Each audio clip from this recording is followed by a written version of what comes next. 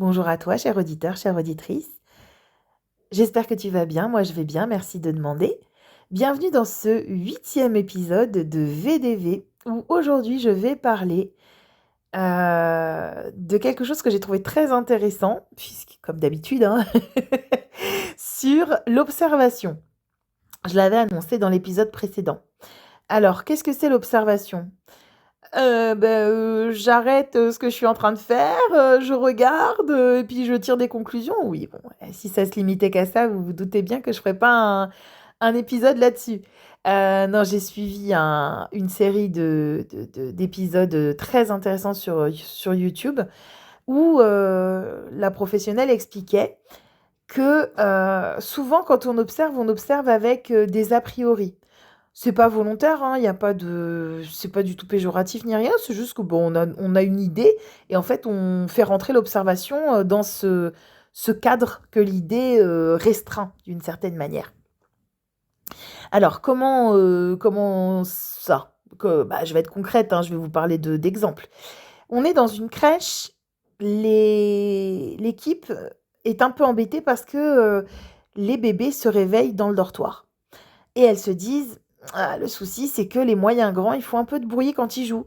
Alors elles décident de faire des jeux, de faire des ateliers, de faire en sorte que les enfants fassent moins de bruit pour que les petits puissent dormir sans être dérangés. Sauf que ça marche pas aussi bien que ça. Alors elles se disent: «Bon», je crois qu'elles ont fait venir une intervenante qui leur a proposé d'écrire dans un cahier à quelle heure l'enfant se réveille et qu'est-ce qui provoque son réveil. Eh bien, je vous le donne en mille, ça ne venait pas des enfants. Principalement, ça venait des adultes. C'était par exemple, une collègue qui finissait sa phrase au moment où elle ouvrait le dortoir. Elle ouvrait la porte du dortoir, donc du coup, eh ben, elle faisait un peu de bruit, même si c'était pas très fort et puis en plus, il y avait un petit courant d'air. Ça réveillait les enfants. C'était la salle de pause à côté, où il y avait une très bonne ambiance, donc elle rigolait, les collègues et tout, mais la salle de pause était pas loin du dortoir. Donc qu'est-ce qu'elles ont décidé de faire, sachant ça? Eh ben, ils ont décidé de faire des affiches avec, par exemple, marqué sur la porte, «Je finis ma phrase, avant de rentrer dans le dortoir, bébé dort» ou bien, pour la salle, de pause, je crois que c'était quelque chose du genre, heu: «On passe un bon moment, mais n'oublions pas que bébé dort». Donc ça restait très chaleureux, très agréable et elles se sont rendues compte que, du coup, les bébés se réveillaient beaucoup moins. Ça, c'est un premier exemple. Un deuxième exemple qui s'est passé, cette fois-ci dans un collège, je crois, enfin en tout cas dans une école avec de grands enfants. Bah oui, mais le problème c'est que, par exemple, les situations de harcèlement, comment on les évite? Nous, on est en sous-effectif, on peut pas surveiller partout.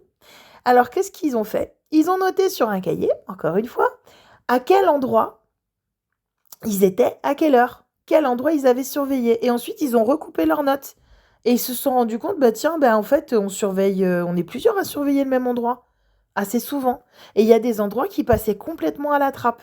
Bah, quand ils se sont rendus compte de ça, ils se sont dispatchés les lieux à surveiller et du coup, ben, ça a donné, de bons résultats.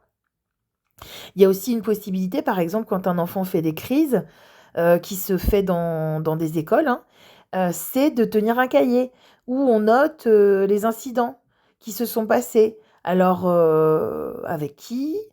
Où est-ce que ça s'est passé notamment? La nature de l'incident aussi, mais surtout avec qui et où, c'est très indicateur. Des fois, on va se rendre compte que c'est souvent avec la même personne. On va essayer de comprendre pourquoi. Ou bien à un certain moment de la journée. Par exemple, le matin ou alors le soir parce que la journée est longue. Et quand on a identifié ces choses-là, eh ben, on peut agir dessus. Donc, du coup, l'observation, ça nécessite vraiment de noter juste les faits et à partir de là, on peut avoir des conclusions qui sont assez surprenantes. Voilà, voilà, c'était mon petit épisode sur l'observation. Eh ben, j'espère que ça vous a plu. N'hésitez pas à me le dire en commentaire ou à mettre un like, ça fait toujours plaisir. Et bien sur ce, je vous dis hasta la vista, baby.